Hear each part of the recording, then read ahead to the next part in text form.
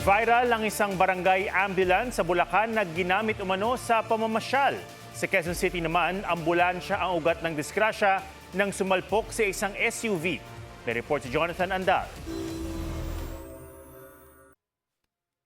Pagpasok ng SUV na ito sa intersection ng Quezon Avenue at D. Tuazon Street sa Quezon City kanina madaling araw, bigla itong nasalpok ng humaharurot na ambulansya.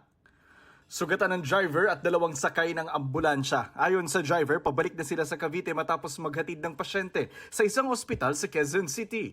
Medyo mabilis sa pangyayari kasi bigla na siya sumulpot sa kanto. Kaya hindi na rin kinaya ng preno namin. Parang nablangko na rin kasi kami. Hindi namin napasin yung kung naka-stop ba o nakago. Nakaligtas ang mag-asawang senior citizen na sakay ng SUV na papasok noon sa trabaho. Hindi siya nakasirena.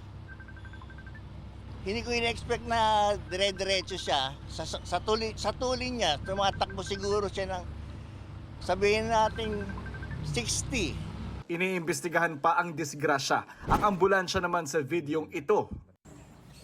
Ambulance, Barangay Baritan, San Miguel, Bulacan. Viral dahil pinang-tour daw. Nakita ko kasi ang sakay ng ambulansya is group of people.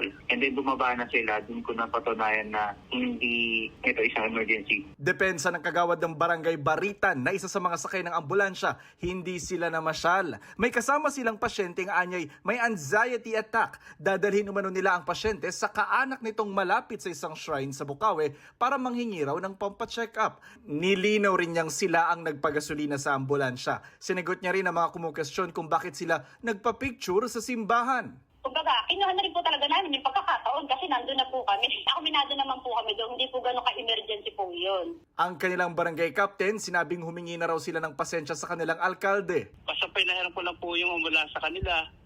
Ayun sabi nila, punta po sila ng simbahan, may dala po silang sakit. Hindi po ng tulong. Sabi ni Interior Secretary John Vic Remulla, may tuturing ang insidente na malversation of public property, kaya dapat na ihabla sila sa sangguniang bayan. Jonathan Andal, GMA News.